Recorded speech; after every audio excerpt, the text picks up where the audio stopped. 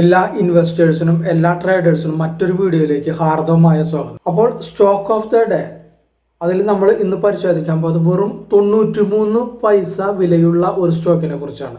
NBFC കമ്പനിയാണിത്. Business ആവശ്യങ്ങൾക്ക് loan നൽകുന്ന ഒരു കമ്പനിയാണിത്. അതായത് കോർപ്പറേറ്റുകൾക്കും ചെറുകിട സ്ഥാപനങ്ങൾക്കും ഒക്കെ പണം നൽകുന്നുണ്ട്. അതായത് നമുക്കൊരു പ്രൊജക്റ്റ് അതിൻ്റെ പ്രാരംഭ ഫണ്ടിങ് നടത്തുന്നുണ്ട്. അതുകൂടാതെ ബിസിനസ് ഏറ്റെടുക്കൽ, അതിൽ പ്രൊജക്റ്റ് ഫിനാൻസ് എന്നീ മേഖലകളിലാണ് ഇവർ ലോൺ നൽകുന്നത്. അപ്പോൾ ഈ കമ്പനി ബിസിനസ് വിപുലീകരിക്കാൻ ഒരുങ്ങുന്ന ഒരു കമ്പനിയാണ്. ചെന്നൈ കേന്ദ്രീകരിച്ചാണ് ഇപ്പോൾ ഈ കമ്പനിയുടെ പ്രവർത്തനം.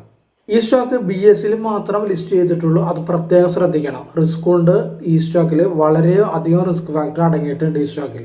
കഴിഞ്ഞ കുറച്ച് ദിവസങ്ങളിലായിട്ട് നല്ല വോള്യത്തോടുകൂടി ഉയർന്നുകൊണ്ടിരിക്കുന്ന ഒരു സ്റ്റോക്കാണിത്.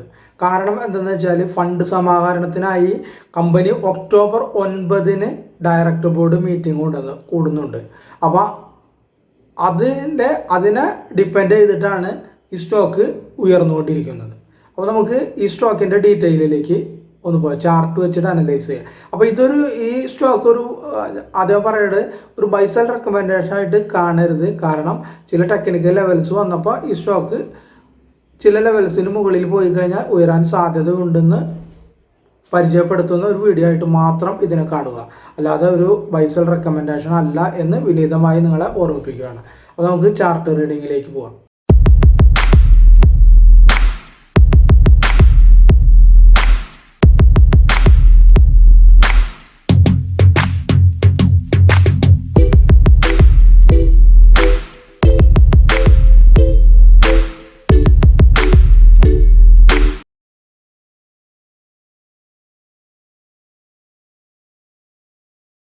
അപ്പോൾ നമ്മളിപ്പോൾ കാണുന്നതാണ് ശ്രേഷ്ഠ ഫിൻവെസ്റ്റ് ലിമിറ്റഡിൻ്റെ ഒരു ഇൻട്രാഡേ ചാർട്ട് വ്യൂ ആണ് നമ്മളിപ്പോൾ കാണുന്നത്.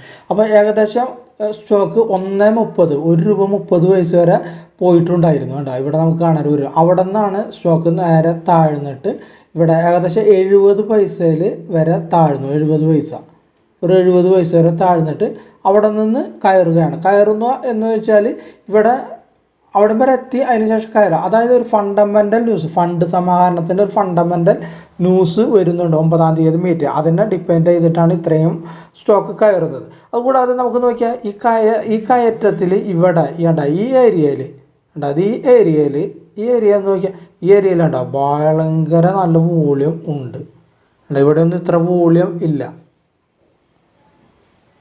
അത് നമ്മൾ ശ്രദ്ധിക്കണം. ഇവിടെ ഒന്നും വോളിയം ഇല്ല ഈ ഭാഗത്ത്. ഇവിടെ നല്ല വോളിയം ഉണ്ട്. അപ്പോൾ വോളിയം ഉള്ളത് കൊണ്ട് നമുക്കൊരു ഇവിടെ 70 എന്ന് പറഞ്ഞ ആ ലെവൽ വരെ എത്തിയിട്ട് വീണ്ടും സ്റ്റോക്ക് അപ്സൈഡിലേക്ക് മൂവ് ചെയ്തുകൊണ്ടിരിക്കുകയാണ്. അപ്പോൾ 70 വരെയാണ് ഈ സ്റ്റോക്ക് എത്തിയത് അല്ലേ? എന്തുകൊണ്ട് 70 വരെ എത്തി? നമുക്ക് ആ 70 ആ റേഞ്ചിൽ നമുക്കൊരു വരച്ചു നോക്കാം. എന്തെങ്കിലും നമ്മൾ പ്രത്യേകതകൾ ഉണ്ടോ എന്നുള്ളത് 70 റേഞ്ചിൽ. അപ്പോൾ 70 റേഞ്ചിൽ നമ്മളൊരു വരയ്ക്കണം. ഇതാണ് 70 റേഞ്ച്. ഓക്കെ, നമ്മളിവിടെ ഒരു അങ്ങനെ വരച്ചു. ഓക്കെ, അപ്പോൾ അത് നമുക്കൊന്ന് ബാക്കിലേക്ക് നീട്ടി വരയ്ക്കുന്നതിന് മുമ്പ് നമുക്ക് ഇതിൻ്റെ ചാർട്ട് വ്യൂ കൂടുതൽ ഏരിയ കിട്ടാനായിട്ട് ചാർട്ട് ഒന്ന് ചെറുതാക്കുന്നുണ്ട്. ചാർട്ട് ചെറുതാക്കിയിട്ട് ആ വര നമുക്ക് നീട്ടി വരയ്ക്കുന്നതാണ്. ഇപ്പോൾ മനസ്സിലായ ആ 70 എന്നത് വളരെ അധികം സ്ട്രോങ് റെസിസ്റ്റൻസ് ആയിരുന്നു അതിൻ്റെ ഈ സ്റ്റോക്കിൻ്റെ. വളരെ നാളത്തെ, നമുക്ക് കുറച്ചും കൂടി ചെറുതാക്കുക, എത്ര നാളത്തെ നോക്കാം നമുക്ക്. എത്രയോ നാളത്തെ റെസിസ്റ്റൻസ് ആയിരുന്നത്. അപ്പോൾ അതുകൂടാതെ ഈ സ്റ്റോക്ക് ഒരു കൺസോളിഡേഷൻ റേഞ്ചിലായിരുന്നു ട്രേഡ് ചെയ്തത്. ആ കൺസോളിഡേഷൻ റേഞ്ചും കൂടി നമുക്ക് ഒന്ന് വരച്ച് നോക്കണ്ട. ഇവിടെയാണ് കൺസോളിഡേഷൻ ഏരിയ ഒന്നും കൂടി നമുക്ക് വരയ്ക്കേണ്ട ഇവിടെ. അതായത് ഇവിടെ നോക്കിയാൽ ഇതിൻ്റെ താഴെ ലോ എന്ന് വെച്ചാൽ 40 ഇതിൻ്റെ ലോ. 40 പൈസ, 0.40 പൈസ. ഇതിൻ്റെ 0.70 പൈസ. അപ്പോൾ 30 പൈസ റേഞ്ചിനുള്ളിൽ കിടന്നാണ് ട്രേഡ് ചെയ്തുകൊണ്ടിരുന്നത്. അതായത് ജൂലൈ മാസം തൊട്ടിട്ട് ഇത് ജൂലൈ മാസമാണ് ഇവിടെ. അതായത് 2022 ജൂലൈ തൊട്ടിട്ട് ഏകദേശം 2024 ജൂലൈയിലാണ് ഇതായത്. അപ്പോൾ ഏകദേശം 2 വർഷത്തോളം ഈ റേഞ്ചിലാണ് ട്രേഡ് ചെയ്തുകൊണ്ടിരുന്നത് ഈ സ്റ്റോക്ക്. 2 വർഷത്തോളം ഈ റേഞ്ചിൽ അതിനുശേഷമാണ് വിത്ത് വോളിയം കൂടി വിടാം. അപ്പോൾ ഇത് നന്നായിട്ട് കയറിപ്പോയി. അതുകൂടാതെ ഇവിടെ നമ്മൾ സപ്പോർട്ട് എടുത്തു വിടാം. അപ്പോൾ നമ്മൾ ഇതിൻ്റെ ഒരു സ്റ്റോപ്പ് ലോസ് പോയിന്റ് എന്ന് വെച്ചാൽ 70 പൈസയ്ക്ക് താഴെ ഈ സ്റ്റോക്ക് ക്ലോസിങ് വരികയാണ്, ഒരു റെഡ് ക്യാൻഡിൽ വന്ന് ക്ലോസ് ചെയ്യണം, അപ്പോൾ ഇത് വിറ്റ് മാറണം. അപ്പോൾ പിന്നെ അതിൻ്റെ സ്ട്രക്ചർ മാറി, മനസ്സിലായോ? സ്ട്രക്ചർ മാറി. അപ്പോൾ ഇതിൻ്റെ ഇടയിലാണ് ഇത് ഇത്ര നാൾ ട്രേഡ് ചെയ്തത്. അതുകൂടാതെ വോളിയത്തോടുകൂടി കയറി പോയി, നല്ല രീതിയിൽ കയറി അവിടെ ആ ഭാഗത്ത് ഒരു നമുക്കൊന്നുകൂടിയും ചാർട്ടൊന്ന് ചെറുതാക്കി നോക്കിയാൽ അവിടെ നിന്ന് ഇറങ്ങാനുള്ള കാരണങ്ങൾ നമുക്കൊന്ന് നോക്കാം. വേണ്ട, ഈ ഏരിയയിൽ ഒരു റെസിസ്റ്റൻസ് ഉണ്ടായിരുന്നു. വേണ്ട, ഈ ഏരിയ എന്ന് പറഞ്ഞ ഒരു റെസിസ്റ്റൻസ് ഏരിയയാണ്. വേണ്ട, ഈ ഏരിയ എന്ന് പറഞ്ഞാൽ അവിടെ വരെ എത്തി താഴെ സപ്പോർട്ട് എടുത്തു. അപ്പോൾ ഇനി നമുക്ക് ഇതിൽ ഒരു ഇത് നമ്മൾ ഇത്രയും റിസ്ക് എടുക്കുന്നുണ്ടെങ്കിൽ നമുക്ക് ഇവിടെയും വരെയെങ്കിലും നമുക്കൊരു ഈസി ടാർജറ്റ് നമുക്ക് ഏകദേശം ₹1 വരെയെങ്കിലും നമുക്ക് ഒരു ഇമ്മീഡിയറ്റ് ടാർജറ്റ് നമുക്ക് ഇതിൽ പ്രതീക്ഷിക്കണം നമ്മളത്. അപ്പോൾ ഇൻട്രാഡേ ചാർട്ട് വ്യൂവിൽ നമ്മൾ ഇത്രയും കാര്യങ്ങളുടെ ഉള്ളത്. ഇനി നമുക്ക് വീക്കിലി ചാർട്ട് വ്യൂവിൽ നമ്മൾ കാണാത്ത എന്തെങ്കിലും ഉണ്ടോ എന്ന് നമുക്ക് വീക്കിലി ചാർട്ട് വ്യൂ വെച്ചിട്ട് നോക്കാം. അപ്പോൾ ഇതാണ് നമ്മുടെ ഒരു വീക്കിലി ചാർട്ട്. വീക്കിലി ചാർട്ട് വ്യൂവിൽ നമ്മൾ നോക്കിയപ്പോൾ തന്നെ ഇതാണ്. വീക്കിലി ചാർട്ട് വ്യൂവിൽ നമ്മൾ നോക്കിയപ്പോൾ തന്നെ നമ്മൾ ആ ഇൻട്രാഡേയിൽ വരച്ച ആ റേഞ്ചിനുള്ളിൽ തന്നെ ട്രേഡ് ചെയ്തുകൊണ്ടിരിക്കുന്നത്. വിത്ത് വോളിയത്തോടുകൂടി നല്ല ബ്രേക്ക് ഔട്ട് ചെയ്യണം. നല്ല വോളിയം ഉണ്ട്, സമീപകാലത്ത് ഉണ്ടായതിനേക്കാൾ നല്ല വോളിയം ഉണ്ട്, നന്നായിട്ട് ബ്രേക്ക് ഔട്ട് ചെയ്ത് കയറിപ്പോയി. നമ്മൾ ഇവിടെ മുന്നേ നോക്കിയിരുന്ന അവിടെ ഒരു റെസിസ്റ്റൻസ് ഉണ്ടായിരുന്നു. വീക്കിലിൽ ആ റെസിസ്റ്റൻസ് നമുക്ക് കാണുന്നുണ്ടോ എന്ന് നോക്കാം. വീക്കിലി ആ റെസിസ്റ്റൻസ് ഓക്കെ, വീക്കിലിൽ നമുക്ക് കണ്ട ആ റെസിസ്റ്റൻസ് കാണുന്നുണ്ട്. അപ്പോൾ നമുക്ക് നമ്മളീ പറഞ്ഞ റേഞ്ച് ഉണ്ട്.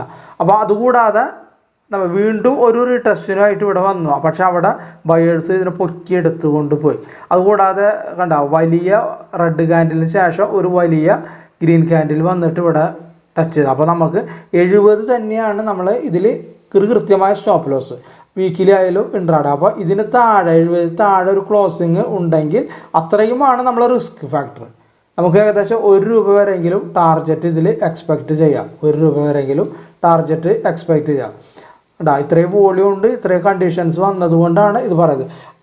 പ്രത്യേകം ശ്രദ്ധിക്കേണ്ട കാര്യമാണ് ഇതുപോലത്തെ പെന്നി സ്റ്റോക്കുകൾ ഒരു കൃത്യമായ സ്റ്റോപ്പ് ലോസ് ഇട്ടിട്ട് വേണം നമ്മൾ ട്രേഡിന് ഇറങ്ങാനായിട്ട്. അല്ലെങ്കിൽ നമ്മൾ തലയും കൊണ്ടാണ് ഇവൻ പോവുക. കാരണം അങ്ങനെയാണ് പെന്നി സ്റ്റോക്കിൻ്റെ ഒരു ഇത്. നമുക്ക് കിട്ടുമ്പോൾ നന്നായിട്ട് കിട്ടും, പോകുമ്പോൾ അതേപോലെ പോകും. ചിലപ്പോൾ വോളിയം ഇല്ലെങ്കിൽ കയ്യിൽ പെടുകയും ചെയ്യും, വിൽക്കാനായിട്ട് സാധിക്കില്ല. അങ്ങനെ കുറച്ച് റിസ്കുകളും ഉണ്ട് ഇതിൽ. അതുകൂടാതെ മാർക്കറ്റിൻ്റെ ഗതി അറിയാലോ, നിഫ്റ്റിയുടെ ഗതി യുദ്ധം കൊടുമ്പുരും. അപ്പോൾ ഇങ്ങനെയുള്ള റിസ്ക്കും ഉണ്ട്. അപ്പോൾ ഇത്രയും നല്ല കരളുറപ്പ് ഉള്ളവർ മാത്രമേ ഇതിൽ ഇറങ്ങിയാൽ മതി. അല്ലാത്തവർ ഇതിനെ വിട്ടുകളയുക, ഈ വീഡിയോ സ്കിപ്പ് ചെയ്ത് പോവുക. അവർക്ക് ഇത് കാണേണ്ട കാര്യം. നല്ല കരളുറപ്പുള്ളവർ മാത്രം ഈ സ്റ്റോക്കിൽ വാച്ച് ചെയ്തുകൊണ്ടിരിക്കുക, വാച്ച് ലിസ്റ്റിൽ ഇടുക. അപ്പോൾ ഇത്രയുമാണ് ശ്രേഷ്ഠ ഇൻവെസ്റ്റും നമ്മളെ ഒരു സ്റ്റോക്ക് ഓഫ് ദ ഡേയിലെ സ്റ്റോക്കിനെ കുറിച്ച് പറയാനുള്ള കാര്യങ്ങൾ. അപ്പോൾ വീഡിയോ കണ്ട എല്ലാവർക്കും നന്ദി, നമസ്കാരം.